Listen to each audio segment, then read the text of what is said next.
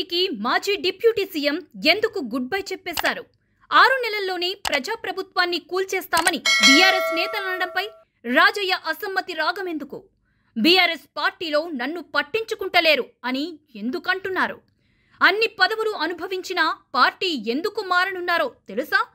తాటికొండ రాజయ్యకు హస్తం పార్టీలోకి shake hand ఇస్తున్నదెవరు? మరిన్ని ఆసక్తికరమైన విషయాల కోసం ఈ వీడియోని పూర్తిగా చూడండి. లోక్సభ ఎన్నికల వేళ బీఆర్ఎస్ పార్టీకి భారీ షాక్ తగిలిందా? గులాబీ పార్టీకి పట్టున్న జనగామ జిల్లాలో కీలక నేతగా, మాజీ ఎమ్మెల్యేగా, తాజాగా రైతు సమన్వయ సమితి రాష్ట్ర అధ్యక్షుడిగా పనిచేసిన వ్యక్తి ఇప్పుడెందుకు అసమ్మతి రాగం వినిపిస్తున్నారు? మొన్నటి అసెంబ్లీ ఎన్నికల్లో బీఆర్ఎస్ ఓటమి పాలయ్యాక బీఆర్ఎస్ నేతలు ప్రజాస్వామ్యబద్ధంగా ఎన్నికైన కాంగ్రెస్ సర్కారును 6 నెలల్లో 3 నెలల్లో కూల్చేస్తామని అంటున్నారని, మళ్లీ కేసీఆరే ముఖ్యమంత్రి అని అంటున్నారని తాటికొండ రాజయ్య మండిపడుతున్నారు. తనకు గులాబీ పార్టీ విధి విధానాలు నచ్చడం లేదని, వ్యక్తిగతంగానూ తనకు ఎలాంటి అవకాశాలు కానీ గుర్తింపు కానీ లేవని, 4 సార్లు వరుసగా ఎమ్మెల్యేగా గెలిచినా ఎవరూ పట్టించుకోవట్లేదని రాజయ్య మదనపడుతున్నారట. అందుకే ఇక చేసేదేం లేక ఏకంగా పార్టీ మారేందుకే రంగం సిద్ధం చేసుకున్నారు.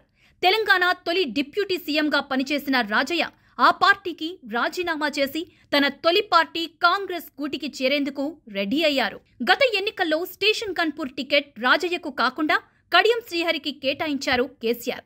అప్పట్నుంచి తీవ్ర అసంతృప్తితో ఉన్న రాజయ్య తన అనుచరులతో చర్చించారు. దీంతో పార్టీకి గుడ్ బై చెప్పడమే మంచిదని, పైగా అధికారంలోనూ లేం కదా అని ఆలోచించి పార్టీ మారేందుకు తయారయ్యారు.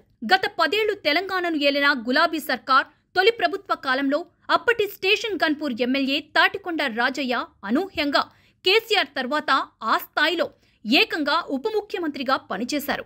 అయితే ఆ సంతోషం అతనికి ఎక్కువ కాలం నిలవలేదు.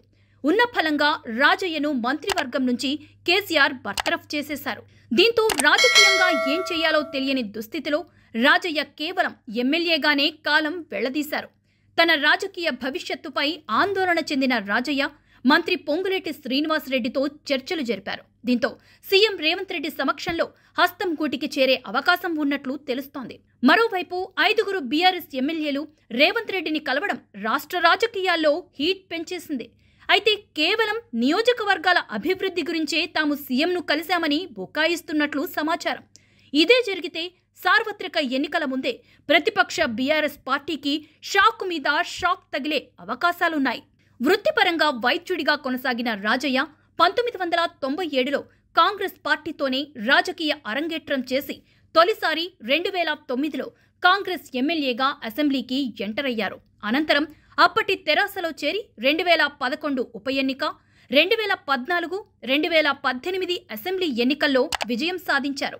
2014 తర్వాత రాజయ్య వివాదాస్పదమైన నేతగా పేరు పొందారు. ఎమ్మెల్యేగా మహిళా నేతలతో, ఇతర మహిళలతో ప్రవర్తించిన తీరుతో చిలిపి రాజయ్యగా రాజకీయాల్లో ముద్ర వేసుకున్నారు.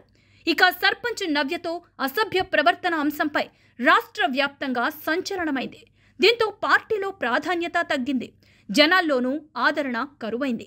ఈ పరిస్థితుల్లోనే రాజయ్య రాజకీయ భవిష్యత్తుపై నీలినీడలు కమ్ముకున్నాయి. తాజాగా కాంగ్రెస్ గూటికి చేరడంపై మళ్లీ తన భవిష్యత్తును పట్టాలెక్కించుకోవాలని, వరంగల్ ఎంపీగా పోటీ చేయాలని రాజయ్య భావిస్తుండటం గమనార్హం. మా వీడియో మీకు నచ్చినట్లయితే లైక్ చేయండి, షేర్ చేయండి, మా ఛానల్ని సబ్స్క్రైబ్ చేసుకోండి.